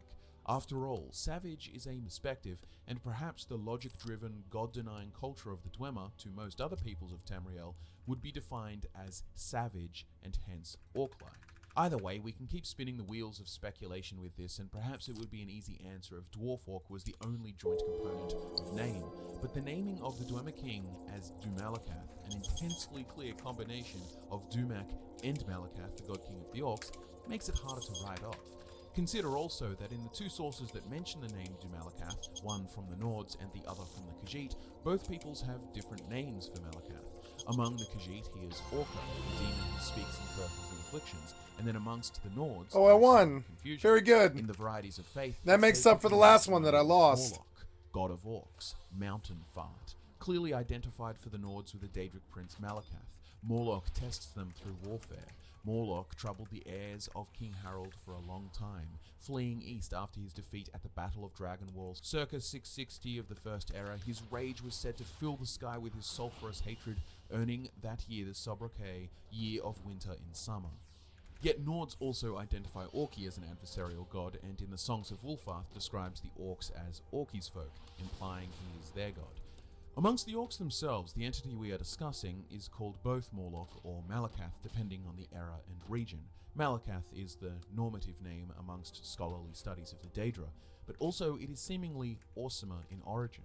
So to me this brings up the possibility that Dumalakath might even be the Dwemer king's actual self-given name, because both the Khajiit and the Nords would have if trying to deliberately combine the Orcish god in name with the king of the Dwemer, their enemy, then it should result in something to the effect of Dumorlock or Dumorki or Dumorka. Even amongst the Dunmer, he is known as Malak, and it is probably not that much of a leap to suggest that the Khymer people who preceded their change to ashen skin also referred to the god king of the orcs as Malak, so if they were trying to do similar name changing, they would arrive to something like Dumalak. It is strange to be sure, and personally I'm more inclined to believe that there is some form of metaphysical or mythical connection between Dumak specifically and Malakath. The name Dumalakath Dwarfork cannot make it any clearer.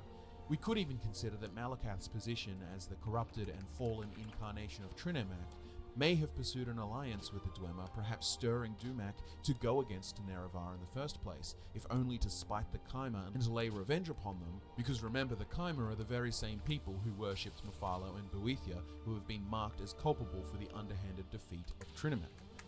There is no decisive answer to this puzzle, however I still wish to pour some more oil on the fire of theory. Volendrung, the Hammer of Might, is the prized Daedric artifact of Malakath.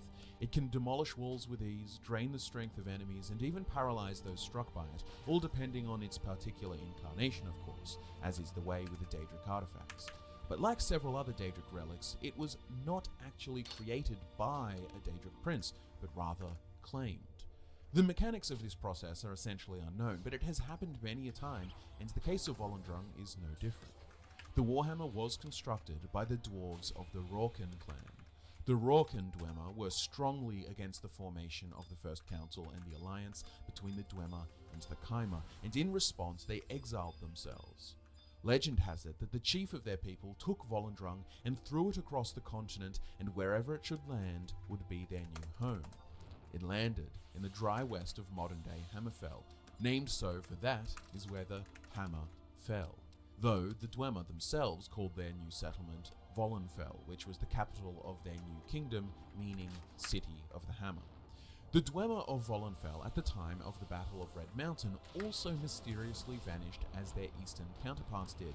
Presumably this is where Malakath came into the picture and claimed Volendrung. But why? Arguably, it's just a powerful hammer, and maybe a Daedric prince of the orcs would like to claim such a mighty artifact for himself. After all, it was not the only creation of the Rorken clan that was pilfered in their disappearance.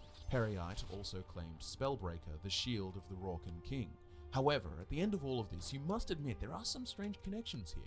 Dumalakath Dwarfork, king of the Dwemer, Malakath, god king of the Orsimer, whose favoured artifact is a Warhammer of Dwemer make.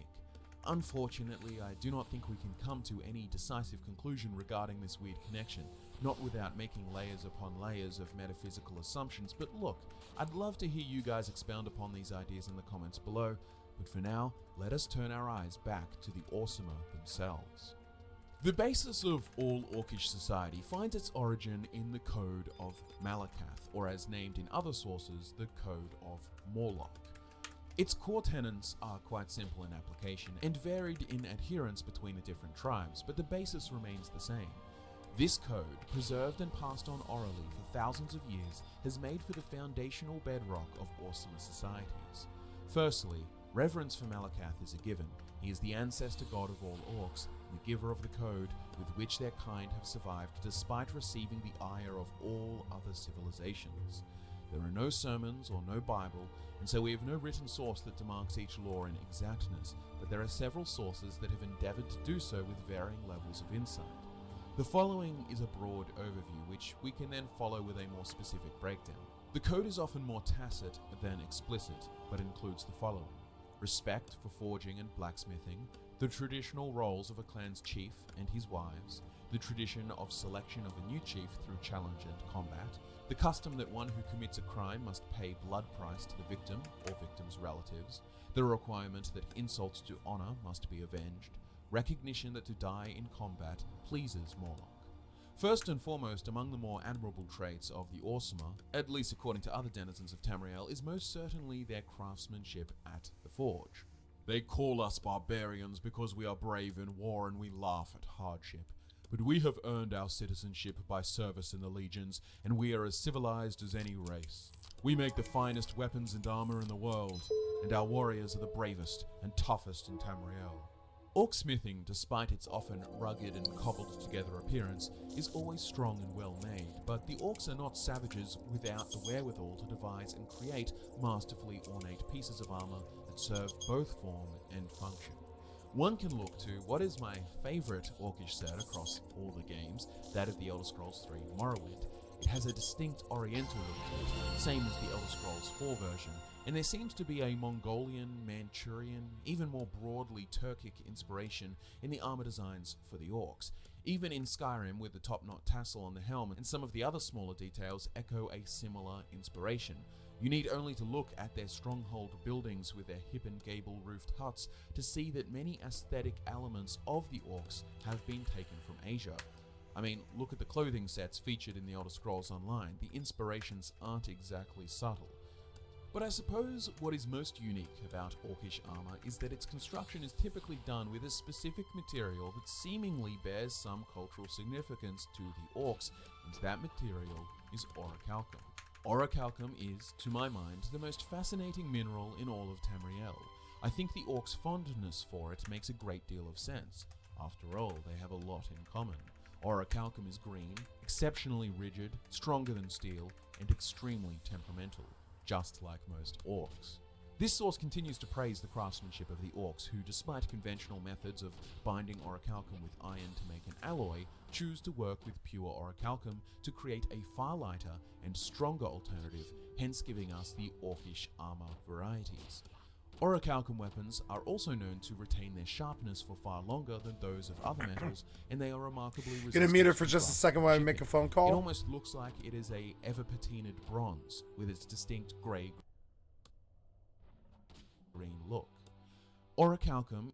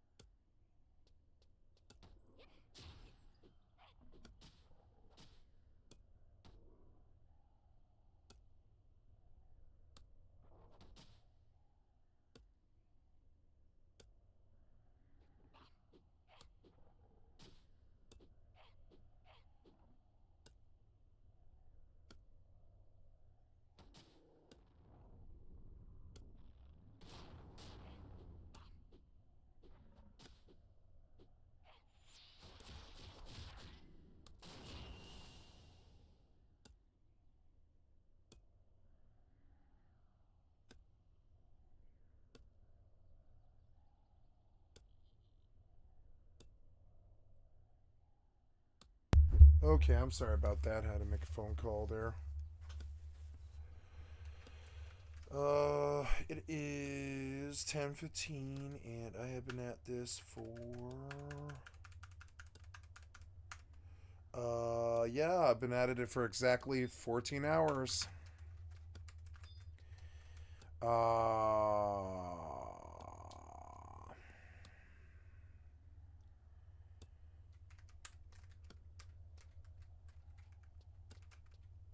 I think I will stop.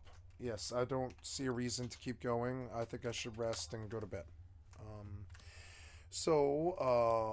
Thank you so much for hanging out with me today, guys. I'm going to log here, and I got some work done with this, and my bear is dead, apparently.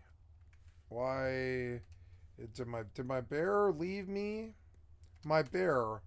Where is it?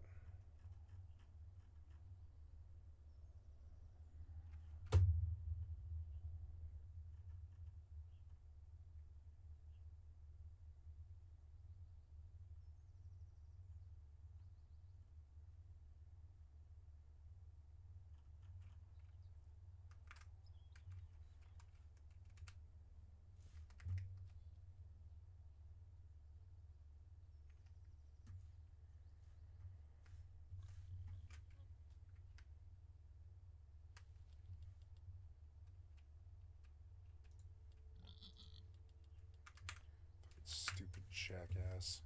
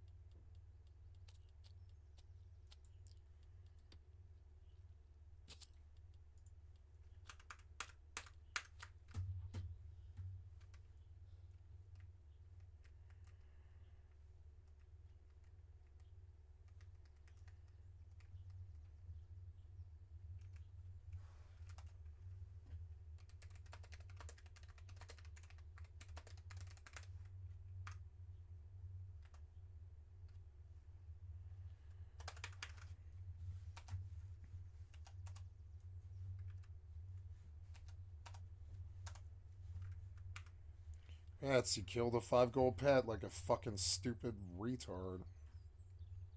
Congratulations. Let's go see if you're around here somewhere.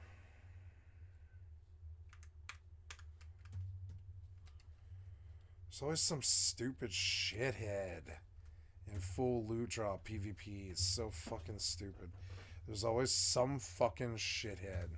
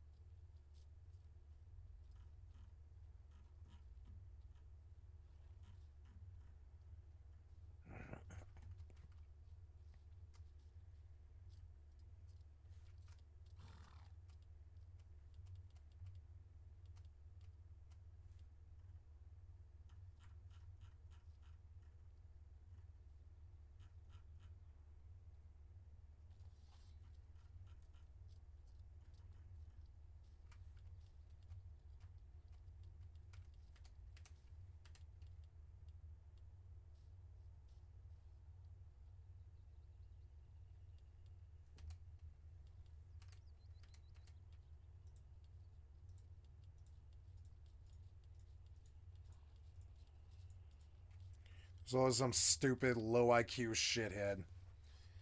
What the fuck is wrong with these games, man? All these stupid fucking people are such shitheads most of the time. What the fuck happened to humanity? They don't treat each other with respect at all.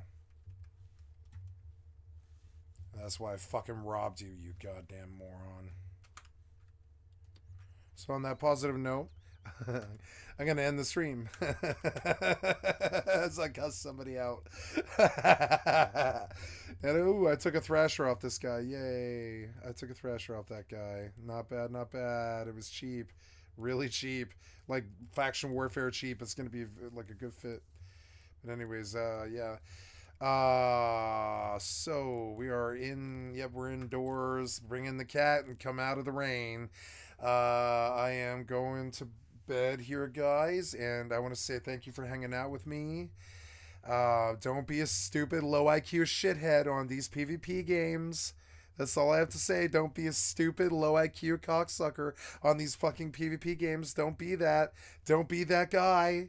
Don't be fucking doo-doo. I killed your bear, boo. Don't be a fucking stupid low IQ shit idiot. That's all I have to say. On that note, I'm gonna end on this positive note. Don't be that monkey. Don't be that fucking idiot. Just don't. Learn to be better, read the room, get better about your life, and just stop treating people like garbage, and you'll have a better life, and maybe one day you'll have sex for the first time. And now we touched the cat face to donate. If you guys liked what you saw there, what happened there? God damn it.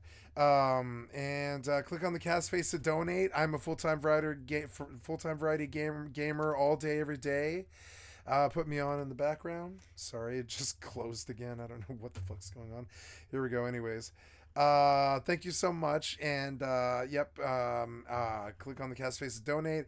Come to Twitch and sub to me. Thank you to all who have subbed and followed me tonight. And thank you so much for your time. This was a good session. Got a lot done. And just remember, kids, don't be like these fucking low IQ shitiots. Just don't be like them.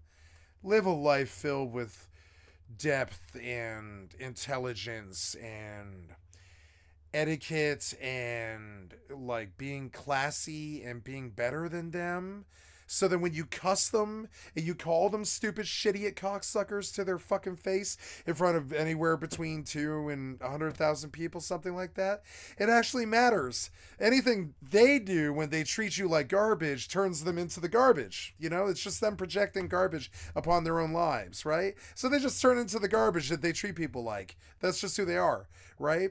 So to get above that, right? To just stay above the garbage as they try to get their garbage gunk all over you, right? You just don't act like them. So then when you are once in a while affected by them, you get to cuss them with all the fury of a dying god. You can just be like, fuck you, asshole. You stupid fucking piece of shit idiot. Why do you have to waste somebody's fucking time in a fucking video game on a 300 pop? You fucking stupid, clueless loser. You need to go fucking actually figure out something to do with your life and a better way to be and rethink your life and just be a better person, you know? You didn't attain anything. You lost what you had. You insulted me when I wasn't even reading it. And the whole thing stank of stupid basement dweller shit. And I'm sorry, you don't have to be like that. You can get better.